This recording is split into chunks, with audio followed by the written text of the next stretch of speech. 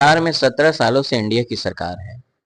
अभी तक बिहार में कोई सा डिग्री कॉलेज नहीं है जहां बिहार के बच्चे को आज भी बाहर जाकर के डिग्रियां लेना पड़ रहा है। अच्छी पढ़ाई की व्यवस्था हायर क्लास एजुकेशन के लिए आज तक बिहार में सर नहीं बन पाई। इस पे क्या कहेंगे? तेजस्वी यादव का जो बयान है कि जब हमारी सरकार आएंगी तो डोमिसाइल नीति लागू हम सभी महिलाओं को, है ना, माई बहन योजना जिसके तहत 2500 रुपया दूंगा हमारी सरकार बनने के बाद। इस पे क्या कहेंगे? तो नीति तो क्या ये सब सिर्फ वोट बैंक की राजनीति के लिए? सब वोट बैंक की राजनीति है। तो नीतीश तेजस्वी की सरकार थी ना, तो उसमें ऑल इंडिया एग्जाम हुआ था। दोनों को गठबंधन, महागठबंधन की सरकार में जैसे कि ऑल इंडिया बीपीएससी एग्जाम हुआ, जो अदर स्टेट के बच्चे लोग के पूरे भारत से आकर बच्चे एग्जाम दिया लोग, उस समय नीतीश जी कहाँ था? उस समय क्यों नहीं विरोध किया? आपके न्यूज के माध्यम से मांग करता हूँ कि वोटर पेंशन लागू किया। जो भी हमारा वोटर है, हम वोट देते हैं, हमारी वोट से तुम सुख सुविधा प्राप्त करते हो। सदन तेजस्वी यादव का जो बयान है कि जब हमारी सरकार आएंगी तो डोमिसाइल नीति लागू करेंगे, जो दूसरे राज्य के बच्चे यहाँ प्रवेश नहीं कर पाएंगे जॉब में, नौकरी में। और दूसरी उनकी सबसे बड़ी है कि हम सभी महिलाओं को, है ना, माई बहन योजना जिसके तहत 2500 रुपया दूंगा हमारी सरकार बनने के बाद। इस पे क्या कहेंगे? तो नीतीश तेजस्वी की सरकार थी ना, तो उसमें ऑल इंडिया एग्जाम हुआ था।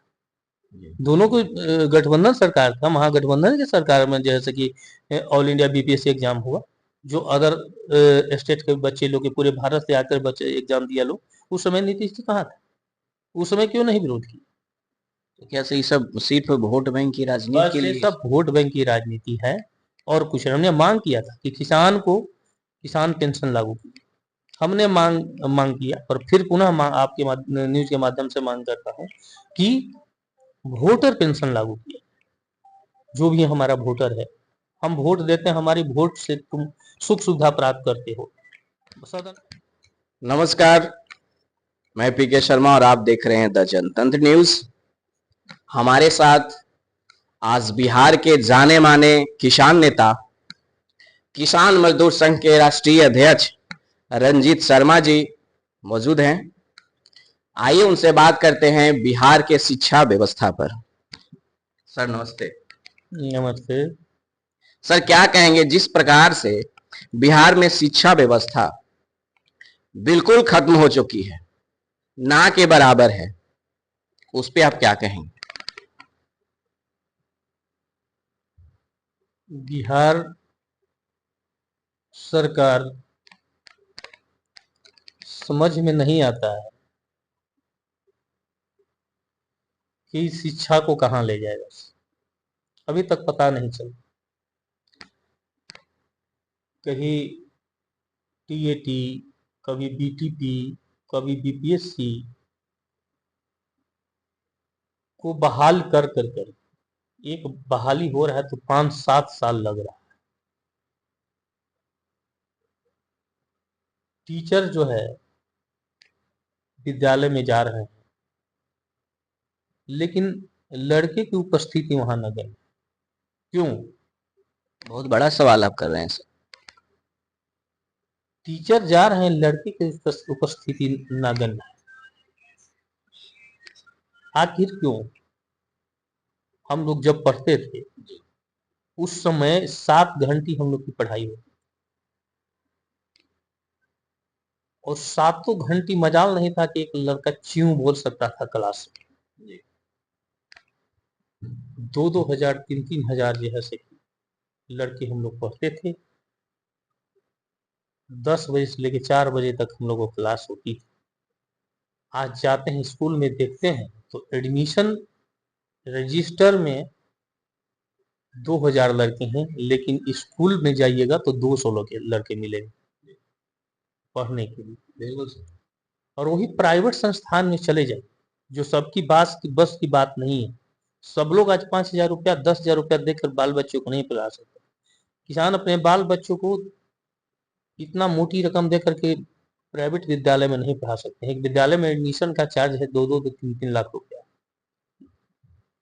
हर साल जो है सो हर एक विद्यालय जो हो सो अपने पाठ पुस्तक की किताब को बदल देता है, ताकि उसको प्रकाशन से पैसा मिलता है। बुक वाले को एक का वो बच्चा जो नर्सरी का है, जो 1-2 का है, उसका 3 से लेके 6,000 तक का पुस्तक होता है। आज बैग भारी हो गया, वजन हो गया बच्चों का, जितना उसका वजन नहीं उससे ज्यादा उसका बैग का वजन।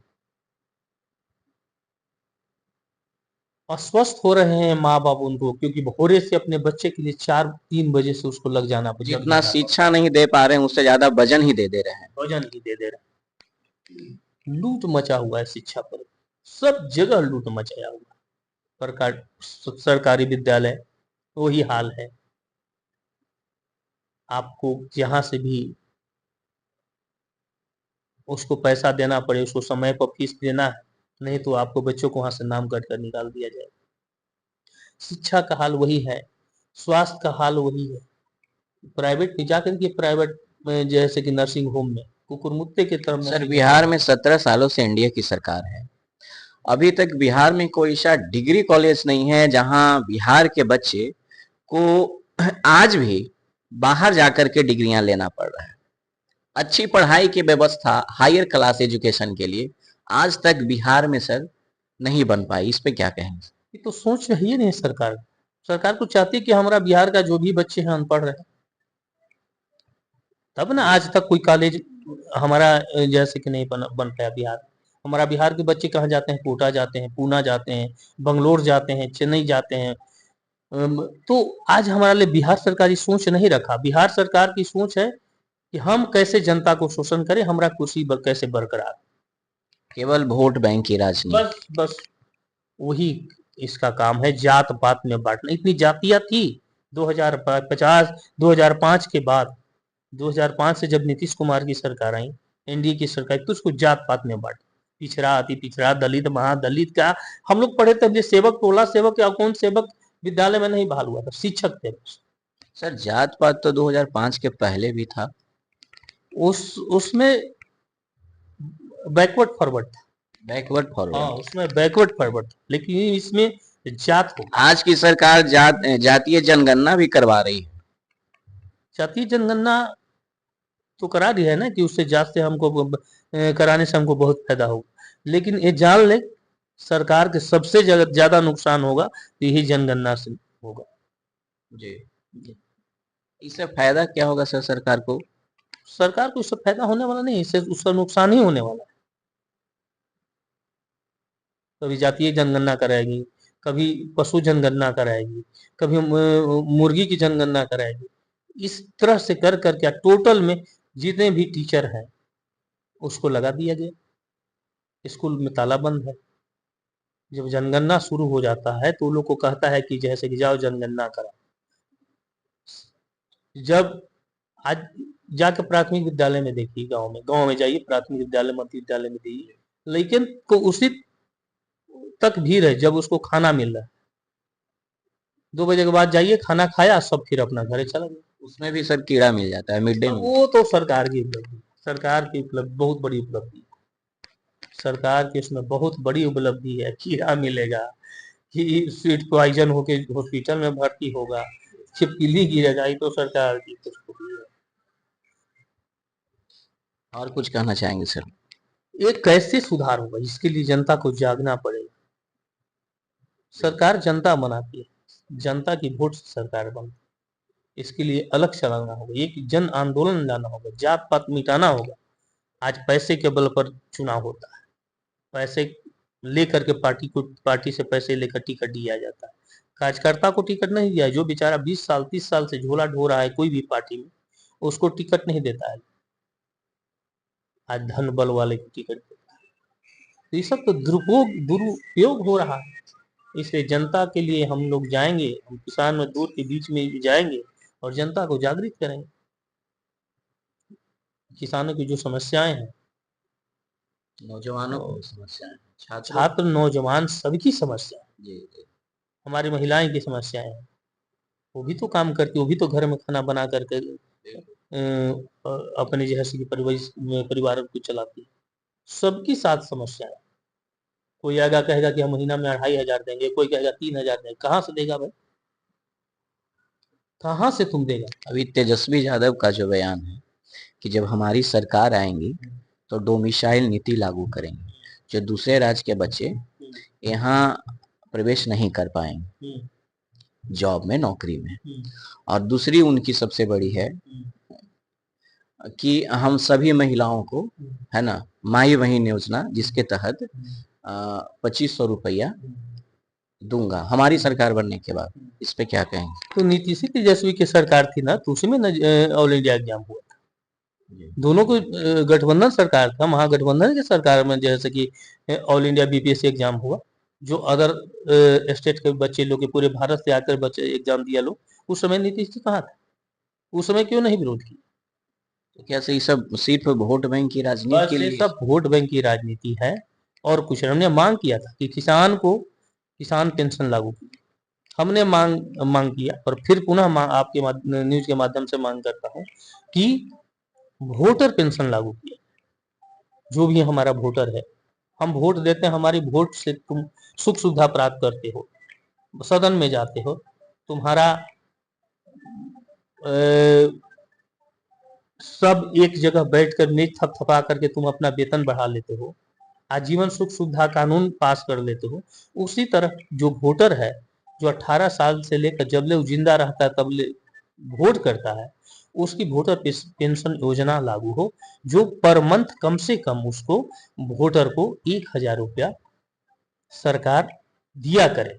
और बिहार में जो शिक्षित बेरोजगार भत्ता पहले चलता था कांग्रेस के रीजन में, उसको फिर से लागू किया जाए। जो भी शिक्षित बेरोजगार हमारे भाई हैं, हमारे जो बंधु हैं, उनको कम से कम 5000 रुपया पर मंथ उनको शिक्षित बेरोजगार भत्ता देने का काम करे सरकार। इसी सब को लेकर के हम आंदोलन चलाएंगे और इनको विवश करेंगे। आपको जैसे कि जो वृद्धा पेंशन जो 4 महीने पर 6 महीने पर मिलता है, तो 400 व 500 में इसका परवरिश नहीं ना चलेगा, तो उस वृद्धा पेंशन को बढ़ा करके 2000 से 3000 किया जाए, हमारी सरकार से मांग। और किसान का, जो किसान है उसको प्रति क्विंटल 3000 से लेकर के 4000 तक उसका चावल, क्या बोलते हैं, धान का मूल्य निर्धारित करे, और 5000 प्रति क्विंटल गेहूं का निर्धारित करे, 5000 प्रति क्विंटल मक्का का निर्धारित करे। ये जो एमएसपी है सरकार को लागू करना है, नहीं तो हम किसान को जागृत करेंगे और इस निकम्मी सरकार को आने वाला समय में हम इसको परास्त करेंगे। तो ये थे हमारे साथ किसान मजदूर संघ के राष्ट्रीय अध्यक्ष रंजीत शर्मा जी। आप आगे देखते रहिए हमारे साथ द जनतंत्र न्यूज पर। तब तक के लिए नमस्कार।